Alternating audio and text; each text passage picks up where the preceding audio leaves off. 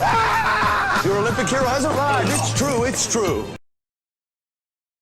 You're watching Fugitive Red Eye, and welcome to another anime review. Today I'm reviewing an anime I never thought that I would watch, but I'm glad that I did, and that is WataMote, which itself is an abbreviation for the actual title of the show, which is, no matter how I look at it, it's you guys' fault I'm not popular.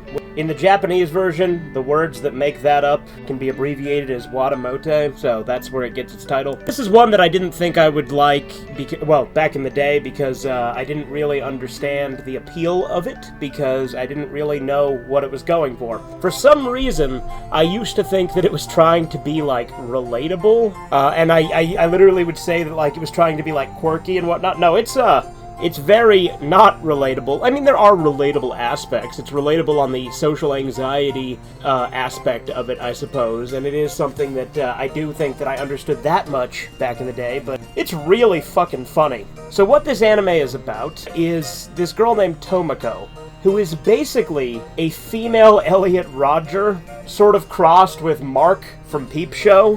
The humor in this is pretty similar to Peep Show. It's very cringe and uncomfortable, and it's really funny because of it. She takes very mundane social interactions and makes them all out to be these grandiose things, and makes it worse and worse by bottling it up and then making it much more awkward than it needs to be with her things she ends up actually saying and her actual responses and things when she actually will, like, blurt stuff out or do something really weird. As the series progresses, she fantasizes about doing really mundane social stuff, and it's actually really fucking sad to think about that that's the stuff she's fantasizing about, is just, like, hanging out and doing normal stuff. But yeah, no, she's crazy. She builds up the most insecurity over it. Like, I honestly wouldn't have been surprised if the series ended with her shooting up the school. It doesn't do that, but it would have been an ending that I would have thought made sense. She's a fucking freak. She has, like, a weird relationship with her brother, too. He wants, like, nothing to do with her, and she's just constantly pestering him and annoying him. And, the way the show is structured is she's basically living in a slice-of-life anime that's going on around her, but she's not participating in it because she's this weird social outcast that just is nuts and doesn't know how to deal with people, like, at all. But her insecurities and insane reaching that she does with her thought processes, how angry and homicidal, basically, that she gets with her thoughts, is great.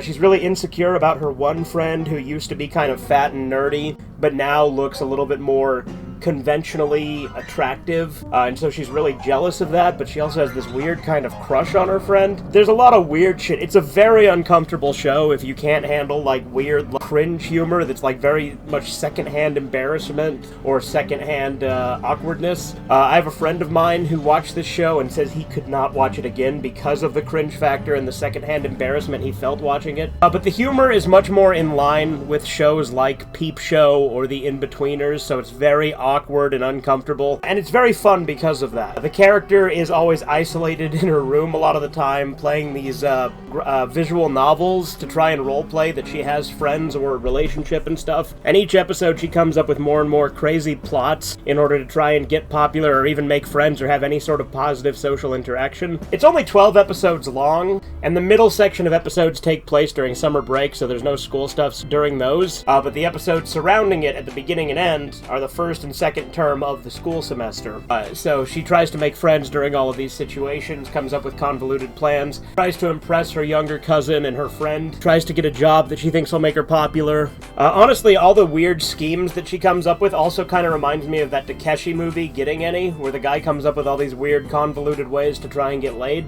Same concept, but with just trying to get popular rather than that. There's a lot of really weird stuff in it, so be prepared for it to be very uncomfortable and awkward, but that's definitely the appeal of it, so if that sounds like your sort of thing, I quite enjoyed it. Didn't think that I would, but Corbin convinced me to watch it, and I'm glad he did. It's really funny. It's definitely one of the better comedy animes I've seen. The show also has a ton of references to other anime, like Death Note, Terraformers, and tons of others. And they often just mention the name of the anime, but censor it, rather than making up some other fake version of it. Also, the intro to this series is ridiculously epic for some reason. And on top of that, the outro literally ends with the phrase, "I'm retarded." So it's pretty funny with the way that the intro and outro play out as well. Anyway, this has been Fugitive Red Eye. Have a good one. Toodles. What am I watching? I don't know, but I hate it. I'm gonna fucking die here, Jack!